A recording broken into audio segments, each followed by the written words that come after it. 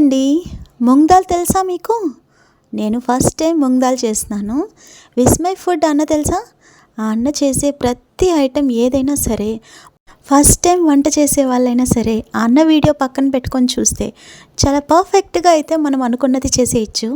ఈరోజు విస్మయ్ ఫుడ్ అన్న చెప్పినట్టు మూంగ్ దాల్ అయితే ట్రై చేస్తున్నాను. మా పిల్లలకి స్నాక్గా పనికొస్తుందని.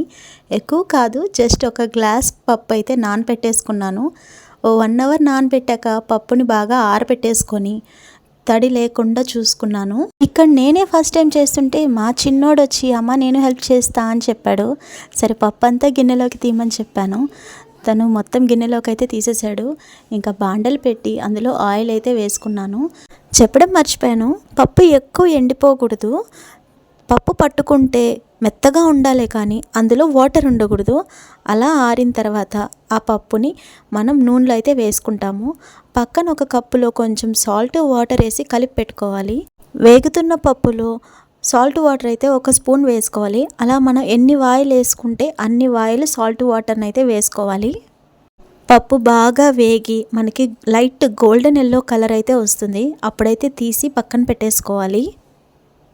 అలా వాయిల్ వేసుకొని తీసి పక్కన పెట్టుకున్నాక ఫైనల్గా మన మూంగ్ దాల్ అయితే రెడీ అయిపోతుంది.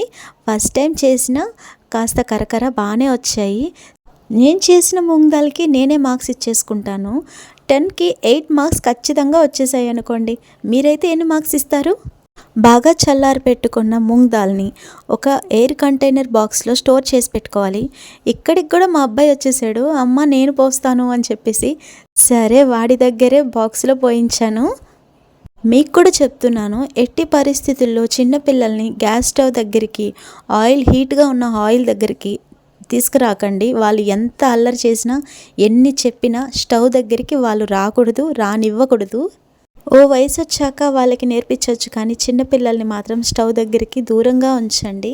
ఫైనల్గా నా మూంగ్ దాల్ ఎలా ఉందో కామెంట్ చేసేయండి. నెక్స్ట్ ఏ రెసిపీ ట్రై చేద్దామో కూడా కామెంట్ చేయండి. చేసి వీడియో పెట్టేస్తాను. Please subscribe my channel. Bye bye.